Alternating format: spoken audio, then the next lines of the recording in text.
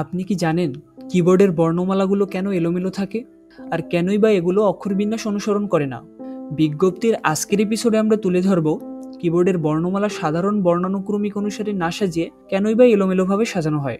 স্বাগতম আপনাকে বিজ্ঞপ্তির আরও একটি নতুন এপিসোডে।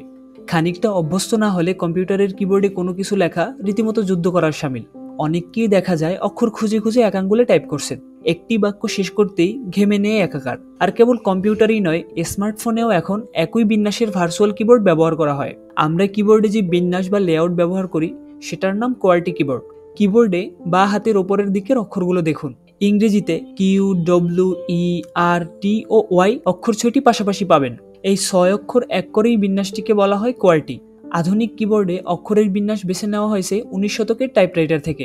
শুরুতে টাইপরাইটারে অক্ষরগুলো বর্ণানুক্রমিক ছিল, তবে সে সময় কেউ কেউ কিবোর্ডে এত দ্রুত টাইপ করতেন যে বোতামগুলো নিচে সংযুক্ত রডে একটি আরেকটিকে আঘাত করত।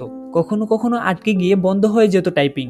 সেই সমস্যা সমাধানে কোয়ার্টি কিবোর্ডের প্রচলন করা হয়। কোয়ার্টি বিন্যাসে সবচেয়ে বেশি ব্যবহৃত অক্ষরগুলো দূরে সরিয়ে দেওয়া হয়, যেন টাইপ করার সময় নিচের রডগুলি একটির সঙ্গে আরেকটি আটকে না যায় বা বাড়ি খায়।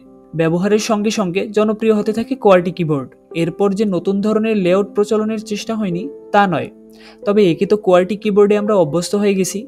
দ্বিতীয়ত একবার শিখে গেলে এটা বেশ সহজ, আর অনেকে তো না দেখেই ঝড় তুলে ফেলতে পারেন কোয়ার্টি কিবোর্ডে।